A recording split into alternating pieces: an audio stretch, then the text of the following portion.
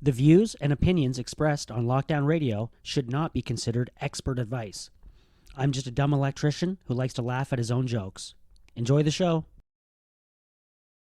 As a union, the term we don't have when it comes to today, to the seniors who deserve care today, to the workers who deserve respect today. And that's why today is so important. The message you are sending as an employer, as a board of directors, to other employers, is to find that backbone we all know they have. Stand up against the provincial government like you are willing to do. Because in our heart of hearts we know this is the right thing. This is about our collective future, and when we stand together, when we fight back together, we will win together. Thank you all. Hello, and welcome to Lockdown Radio. On today's show, I go to a protest being put on by nurses at a long-term care home. They're upset with Doug Ford's Bill 124, which limits their pay increase to 1% per year, which, let's be honest, is complete bullshit at any time, but especially during COVID. The bill, which is a complete slap in the face to all nurses, was introduced in November of 2019, just before the pandemic. I had a chance to speak with Vicki Barrow, Carol Rod, Candice Rennick, and Aaron Young. Here are those interviews.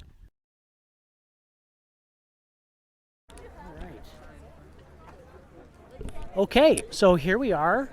We're down at St. Joseph's. It's at Fleming, the retirement home, and I'm We're a long-term care home. Oh, I'm so sorry. Long-term care home. I got to get my terminology correct. Okay, and I'm joined with Vicki Barrow. Vicki Barrow. It's very nice to meet you. My name's Mike.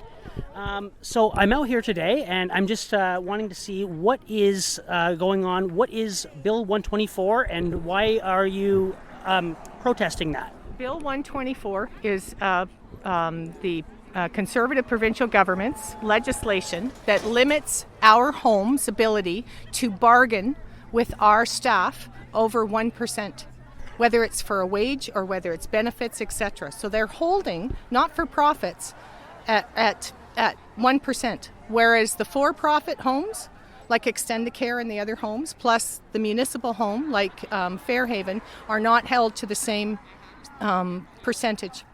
So they can offer whatever they want, they can bargain whatever they want, and we're being held at something that is 1%. And these days, especially when this bill was first brought in, I assume this came in towards the beginning of the pandemic. I seem to remember that. Before the pandemic. They had already decided this before the pandemic. We're just stuck with the pandemic. And now we have a labor shortage. There's a labor shortage out there. And we have inflation. Yes, there is inflation, but the labor shortage, because in long-term care and the healthcare field, that is one of our biggest shortages. So by discriminating against a not-for-profit, that we are not allowed to attract staff, we're not allowed to do any of that. What is the real reason for that?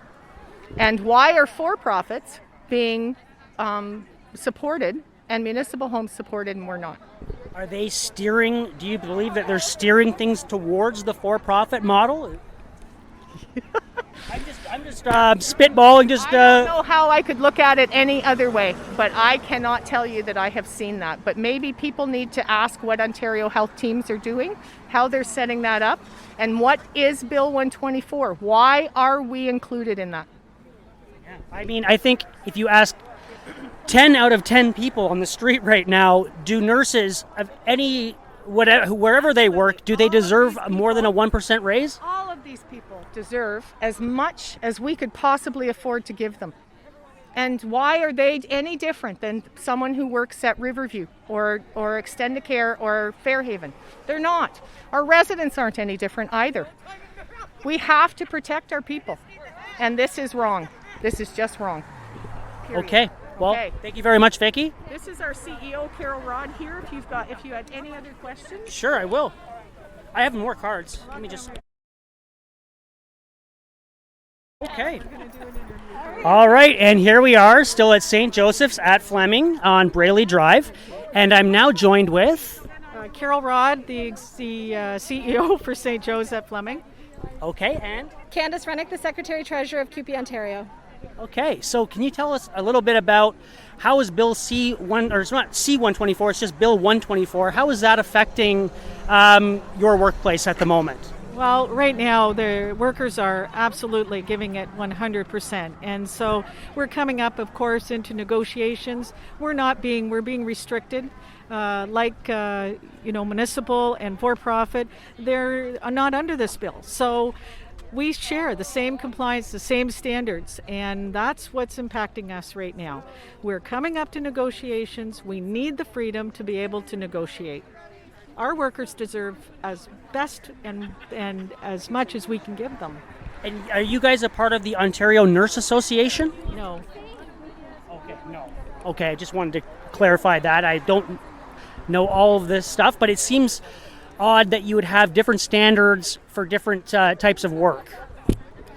Yeah, I mean, I think you can't hope to improve the lives of people living in long-term care until you take concrete steps to improve the working conditions, because care conditions are, in fact, working conditions. Working conditions are care conditions. So we have to improve the lives of people who call these facilities their home. And one of the good ways to start doing that is to make this a better place to work for the people who provide that care. I absolutely agree. And I also think that the timing of this Bill 124 coming right before an onslaught of inflation and spending, and now a labor shortage. I mean, it just seems like common sense that if you have a labor shortage, you most likely need to increase your wages to attract more talent. Is that, would you agree with that? Yeah, I would absolutely agree with that. That's part of the problem with this government implementing piecemeal approaches. We need a comprehensive strategy that makes long-term care a good place to work. And we don't do that by capping compensation at 1% when inflation is hovering around 3.5 and 4%. Absolutely.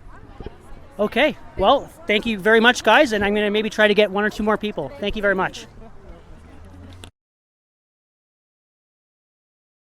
Okay, and here we are at St. Joseph's at Fleming, and I'm joined with... My name's Erin Young. Erin Young, nice to meet you. My name is Mike Stevenson. So I'm out here and I'm learning about Bill 124. I've learned that it came out prior to the pandemic. It freezes your wages at a 1% increase. Is that per year? Per year, yes.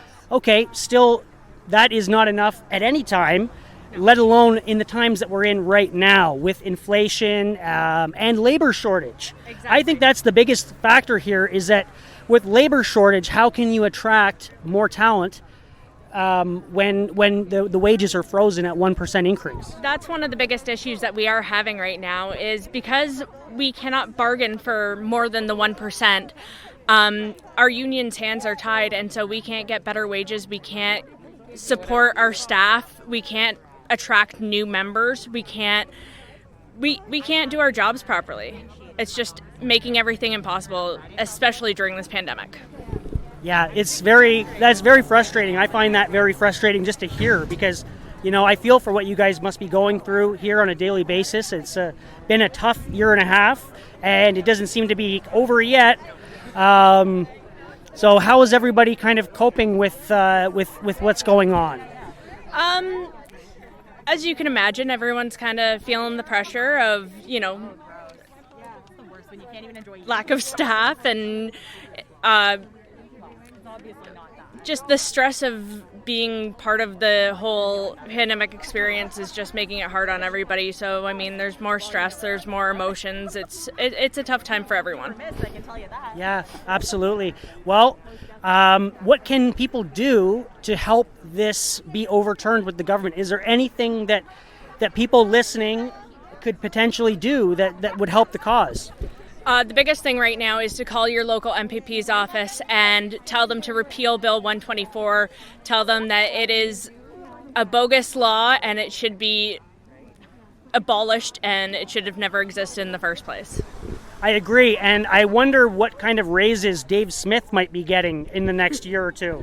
That's a very good question. Not to stoke the flames of make inflammatory statements, but I mean, you know that they are always giving themselves raises, and yet they're making this unrealistic 1% increase for nurses.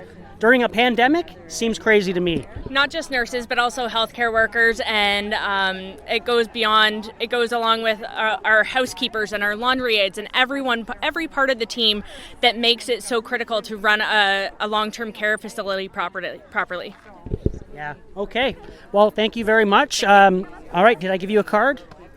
Thanks. Okay. Thanks a lot. Okay.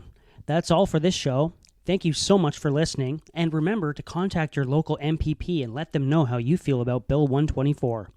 If you're in the Peterborough area, that would be the Honorable Dave Smith. That number is 705-742-3777. Until next time, stay free.